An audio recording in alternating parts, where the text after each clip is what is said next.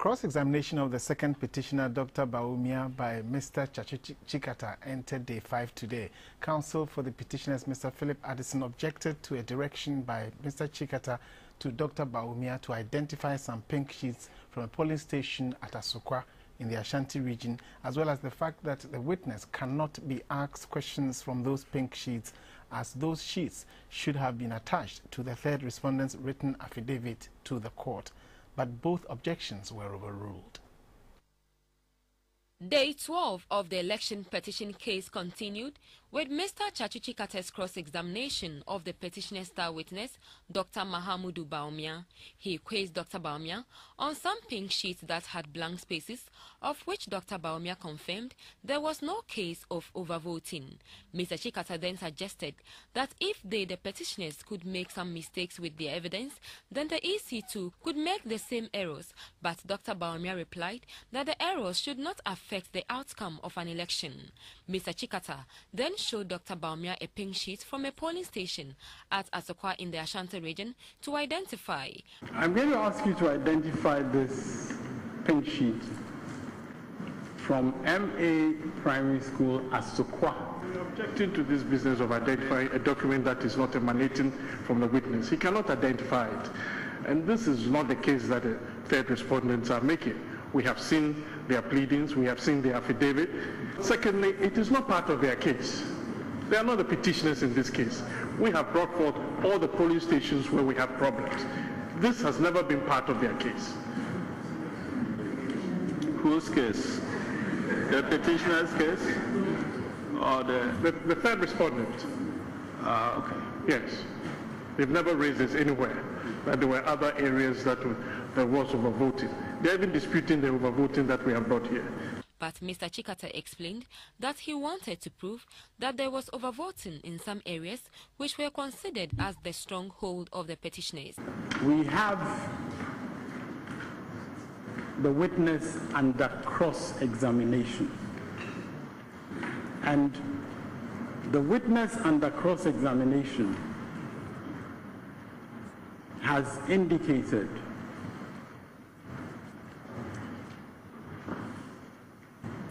that according to the case that they have brought before you,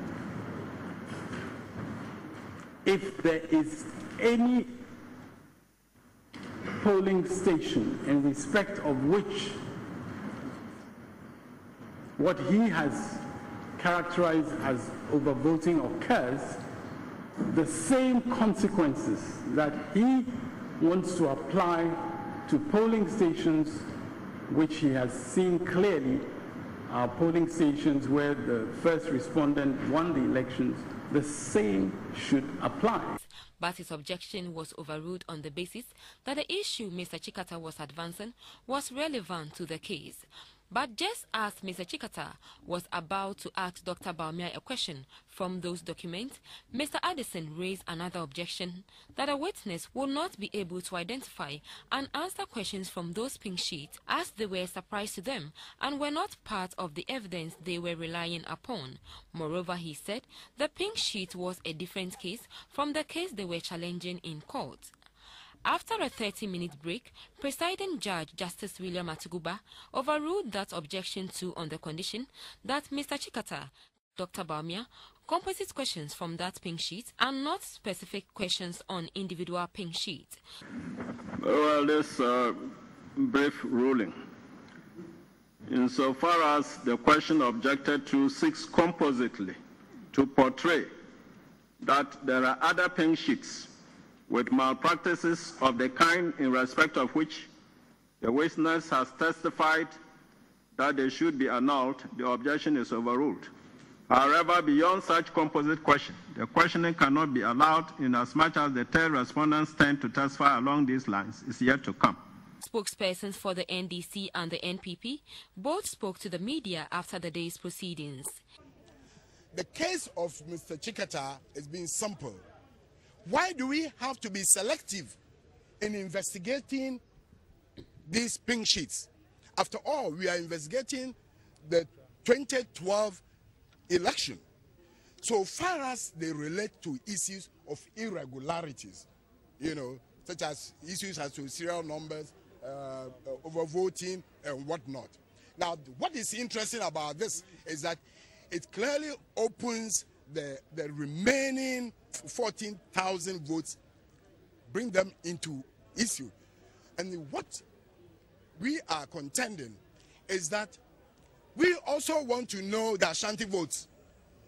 We want to open, just as they are interested in knowing the votes from the so-called stronghold, Volta region, Upper West, Upper East. We want to know what results came out from Volta, Ashanti region, what results came out from our Eastern region. In their defense, they state categorically that there were no overvotes. They denied our allegation, and therefore it is not part of their defense to establish that there were overvotes. But the most important consideration is that the court, before the hearing started, you will recall, gave directions that this petition will be determined on the basis of affidavit evidence.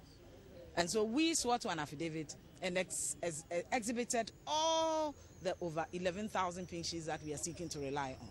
In fact, before we even exhibited, you will recall that they demanded and the court ordered that we provide them with further and better particulars of the documents that we were relying on. Our objection was that in giving the further and better particulars, we were being compelled to put out all our evidence even before the hearing started.